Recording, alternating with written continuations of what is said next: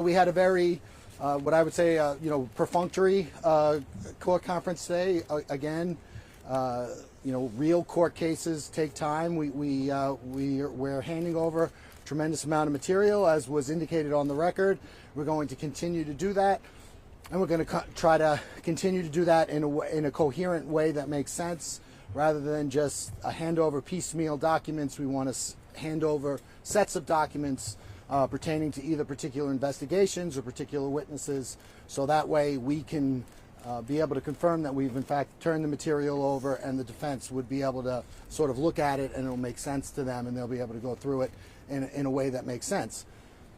So that's basically it. Does anyone have any questions? The defense attorney asked for investigative notes that were taken since the beginning of the investigation. He said the last time that he's looking for other suspects that were looked at in this case. Will those notes be handed over? Sure. I think the way we did it, as I said, we wanted to do it in a coherent way. I've been, basically everything that we've done, that's not ongoing, since I've been involved in the case, has been turned over. It's a little bit more difficult for me to turn over what's happened, 12 years in the past and we just want to do it in a way that we can be confident that we've given them everything, and we have everything, and we've turned it over in a way that makes sense. Yeah, he's a prime suspect for a fourth possible murder. Where are you guys with that in the investigation? Yep. How are you?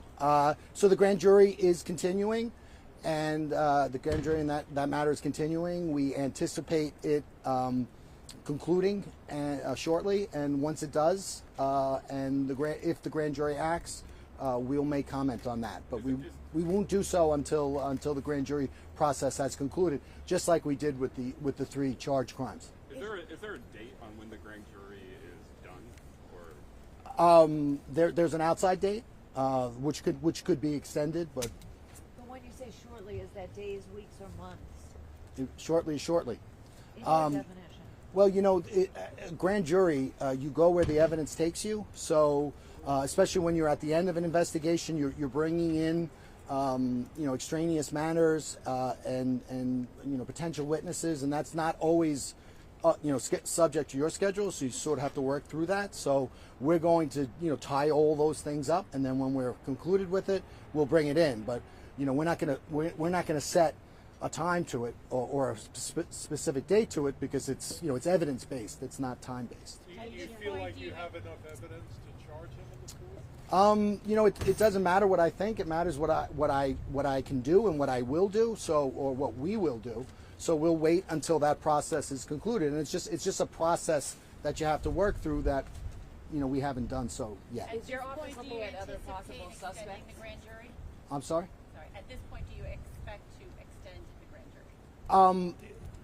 jury? No, we don't expect that. Where are you with the other murders? So as we said right from the onset, this case, this initial investigation had to do with the Gilgo 4. We've charged 3 out of the 4 victims, which were primarily known as the Gilgo 4. That 4th case is winding down, and since we've become overt with the announcement of the original indictment, we have been working on those other cases and investigating it. That investigation will continue. So there's no grand jury for the other 6 sets of remains? The specific grand jury which we're working on pertains to the Gilgo 4. And one follow-up question. You're very aware there was a press conference where the police commissioner, Rodney Harrison, attended with John Ray, a private attorney. You put out a statement after that. Have you looked at any of those affidavits about whether Rex Heuermann might have been tied to Karen Borgata, the Fire Island Jane Doe? Yeah, so, as I said, I did release a statement with regard to that. And with regard to what we look at a great many things. We don't disclose what we look at. There's an investigative purpose behind that.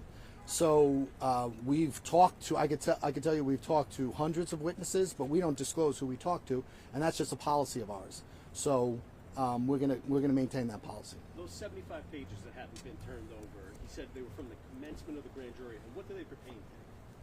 Well, I mean, I think you can glean from the discussion that that we've turned over all aspects of the grand jury pertaining to the 3 charged cases.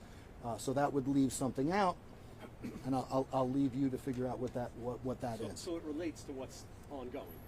Yep, it relates to the ongoing aspect of the grand jury. Absolutely, Grant. Yes. Hi. Are you looking into other states as well? So I have jurisdiction in Suffolk County. My jurisdiction ends at the Suffolk County line. So we're looking at what happened in Suffolk County.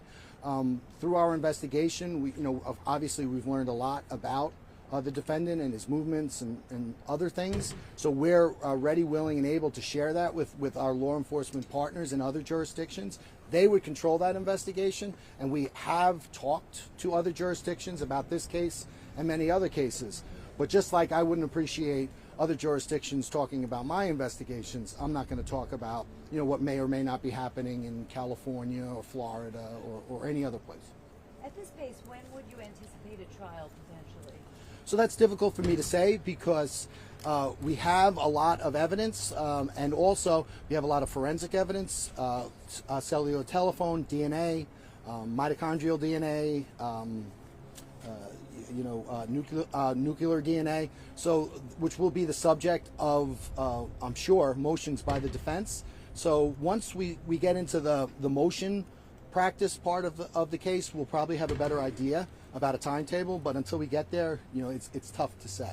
And how long has this grand jury been convened so far? What's the start date on it? I know it's continuing, but do we have an estimate of when You're testing my recollection.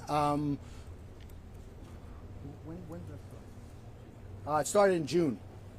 Started in the summer. It's all been a blur. The grand jury itself, the pace was quite frenzied up until the arrest. So it started in June.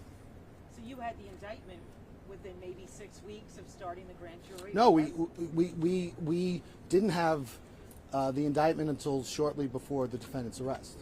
Yes, but I'm saying like there was maybe 4 to 6 weeks of testimony. Yes. Yes. Can you say when their term is up?